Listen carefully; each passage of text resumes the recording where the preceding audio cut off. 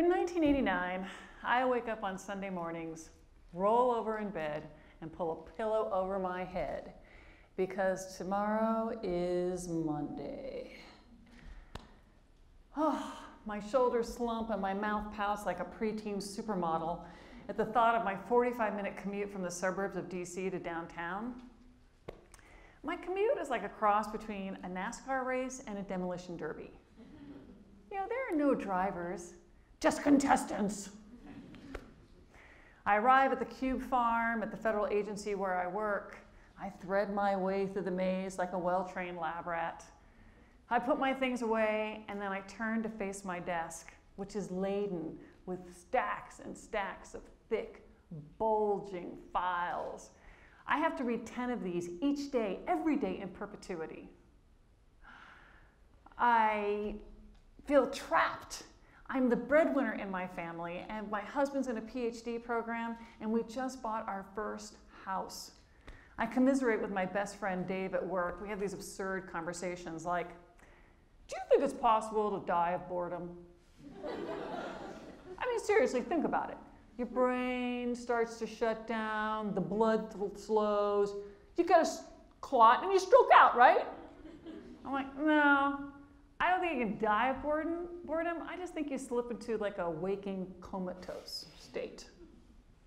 But my in-laws, they say, oh, we are so proud of you, a lawyer with the federal government and those fantastic benefits. You've got yourself a fine set of golden handcuffs, young lady. Well, maybe that's why I feel like a prisoner. And then suddenly, my husband drops out of the PhD program, takes a master's degree, and gets a job. And now my in-laws are like, oh, you kids are totally set for life. 2 good jobs and your first house. Well, my husband is to drive around the Beltway to work. And on Friday nights, he stops at a liquor store, picks up a 6-pack of beer, and then gets back on the Beltway.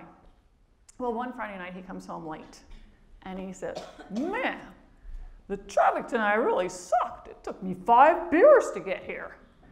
Last Friday, it only took 3. I see handcuffs, courtrooms, and conjugal prison visits in my future. And I tell him, that's it. We gotta go. I want to go home to New Mexico. Oh, that would be great. Hey, remember last year we wanted to go to Alaska, but it was so expensive we said we could probably drive there and spend the summer for less? Yeah. Let's drive back to New Mexico via Alaska.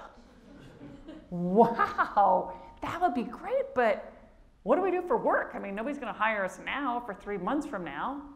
Oh, honey, between the 2 of us, one of us will get a job. And if I had to, I could always go back to waiting tables.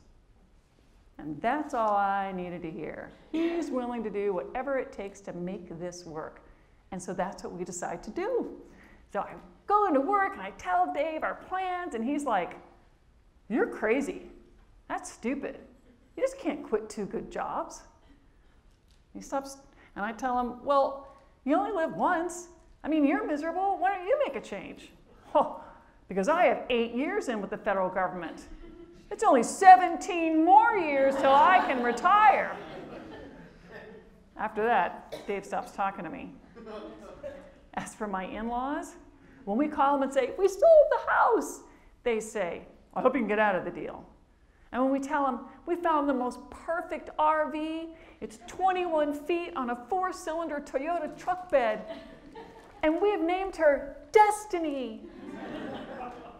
And they say, that's a waste of money. And on our last day of work, the night before we take off on our journey, they tell us, don't call us when you get into trouble. Undaunted, we begin our trip on Memorial Day weekend, and it is fantastic. We drive to Yellowstone, the Tetons, Glacier Park, up into Canada, hugging the Cassiar Highway and the Canadian Rockies until we cross into Alaska. And Alaska, majestic snow-capped mountains, moose and bears and eagles. We set up camp every night, which includes hanging up our string of tiki god lights and planting our plastic pink flamingos because, hey, we're classy campers. And we congratulate ourselves. Oh yeah, we took the road less traveled. We rock. Yeah, and the best part is everybody back in DC is so jealous. But when we get back down to the lower 48 and we're driving from California to Utah and down into Arizona, we start running out of money. We eat a lot of pasta, we drive the speed limit to save on gas, and we camp in parking lots overnight to save on camping fees. When we get to the Grand Canyon, I notice there's something seriously wrong with my leg, so we beeline it to Albuquerque. It's now Labor Day, and I'm admitted to the hospital. Turns out I have a rare blood disease. We have COBRA insurance, but clearly we need new jobs fast with benefits. So I apply for legal jobs without much luck. Jim, with his brand new master's degree, is picky. I think we need to lower our standards and take just about anything, excluding nudity, of course. So I remind Jim, hey, remember when you said that you could always go back to waiting tables? You wouldn't make me do that, would you? Make you? You said you'd do it. But he didn't. 2 months after arriving in Albuquerque, we are both still unemployed. Dave's words come back to me. I avoid talking to my in-laws, and I begin to wonder, did we do the right thing? And then I got a temporary job as a lawyer with the university, and we look for housing because 21 feet's getting really old at this point. But no one will rent us a house because my job's just temporary.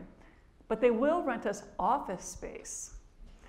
Now, it's nice to have a place of our own, but with office, you don't get a kitchen and you don't get a bath or a shower. So we get a little mini fridge, we put a microwave on top, and we live off of Stouffer's frozen dinners. And then we bathe in the sink, which, despite scenes of Africa that may be playing through your head right now, is not really as romantic as it sounds. My shower are handcuffs full of water, okay? But I have to develop a special technique because there is a cold water faucet and a hot water faucet.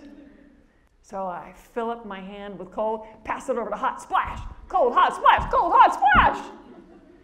This is what happens when you color outside of the lines. But then, in February, Jim gets a real job. In April, we move into a house. And in June, the president of the university comes to me himself and offers me my first management position with a $20,000 raise over what I was making in DC. 1 year after we began our adventure in destiny. I wake up on Sunday mornings, roll over in bed, hug my husband and think, isn't it nice to know that you can change your life if you're willing to think and act